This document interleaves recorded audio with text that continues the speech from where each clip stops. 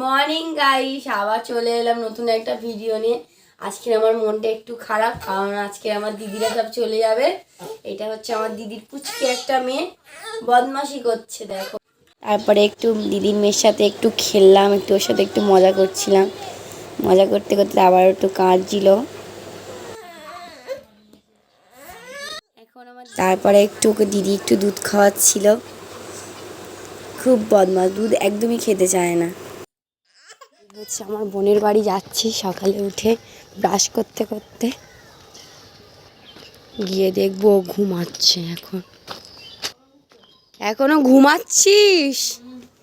দরজাটা আমি আমার বোনের বাড়িতে এখন এসেছি। শিয়ালটা ঘুমাচ্ছিল, বাড়ি থেকে ঘুরে চলে এসে ফ্রেশ হয়ে একটুখানি ছাতু খাচ্ছি।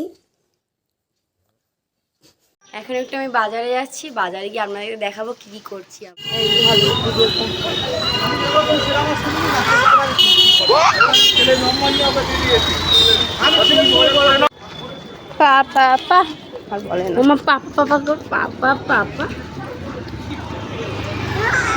তো আমরা সোনা দোকানে পৌঁছে গিয়েছি। দিদি একটা সোনার শাঁখা দেখতে এসেছিল। দিদির মেয়ের হাতের বালাটা একটু ছোট হয়ে গেছিলো, তাই জন্য চেঞ্জ করতে গিয়েছিলাম আমরা সবাই।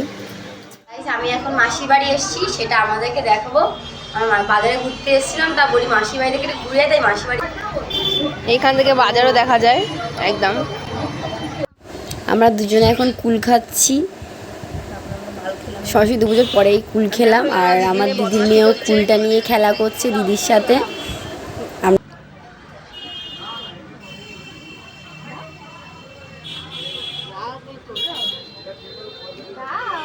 ভাত খেতে বসেছি।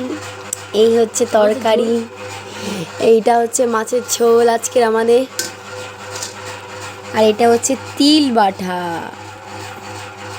আমি এখন খেয়ে নিই, তারপরে আমার সাথে আবার দিদিরা এবার চলে যাচ্ছে, সেটা দেখাচ্ছি আমাদেরকে। খুবই একটু কান্নাকানি বাইরে দেখাইনি, বাইরে বেরিয়ে আমরা একটু এগিয়ে দিতে সেটা আমাদেরকে দেখাবো। দিদি এখন গাড়িতে উঠবে, সেই জন্য যাচ্ছে। দিদি টাটা দিয়ে দিচ্ছে আমাদেরকে। খুব খারাপ লাগছে দিদি গাড়িতে উঠে গেল যখন।